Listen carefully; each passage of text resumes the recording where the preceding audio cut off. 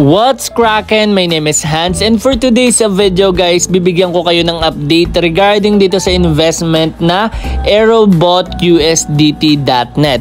So guys, bago tayo mag-start sa pagpapaliwanag, ito pala muna guys mga winners ng ating pag-giveaway.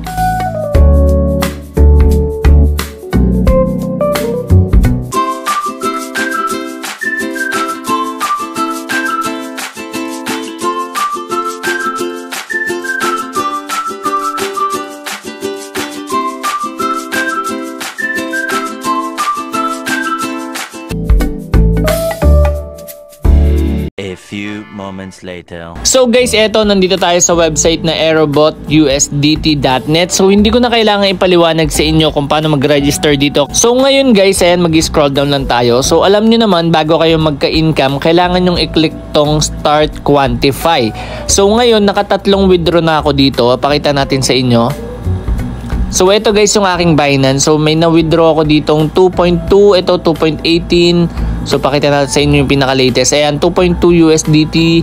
Tapos ayan, 2.18. Tapos etong 2.17. So meron ako ditong dineposit na $11. So ang na-receive ko lang dito almost $7 lang. So ibig sabihin talo pa ako dito guys ng $4. Ngayon, pag pumunta kayo dito guys sa site nila, kapag clinic nyo tong Start Quantify, meron siyang rules na bago lang. And hindi ko to nakita.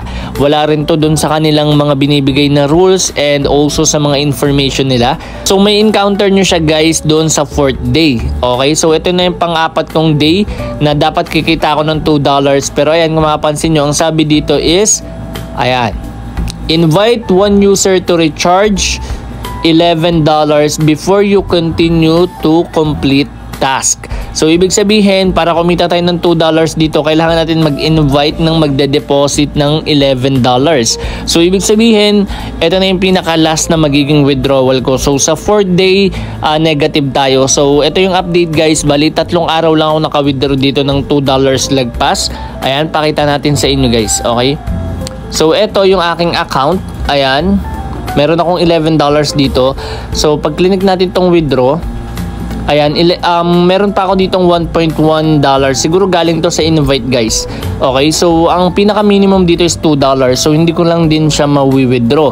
So ayun guys, update ko sa inyo, wag na kayo mag-invest dito kasi nga matatalo kayo. Pero pwede naman guys kung gusto niyo mag-invest, pero kailangan nyo pa dito guys mag-invite para makapag-continue kayo sa pag-withdraw. So tandaan nyo guys, sa pang 4th day wala na ako na-receive dito. So ayun lang yung update natin, sobrang basic lang naman. And syempre guys, meron tayong hidden word for this video. So ayan guys, abangan nyo lang kung saan lumabas dyan yung hidden word. So kung nakita nyo na, please comment it down below para kung sino yung mauna guys mananalo ng 50 pesos. And syempre yung mga nahuli mananalo pa rin ng 50 pesos kung sila yung mapipili dun sa ating raffle. And kailangan nyong ipunin yung mga hidden letters na lumalabas, tapos i-comment yan guys. So i-comment yan guys tuwing Tuesday, tapos dun natin pipiliin kung sino yung mananalo ng 500 pesos. So congratulations sa ating previous winner na si Jenny. Ayan, sobrang solid yan, nakaka-chat natin yan sa Telegram. So ito guys, yung investment natin dito sa aerobot.usdt.net is negative. So yun lang guys, sana nakatulong itong video na ito. At once again, this is Hans and goodbye.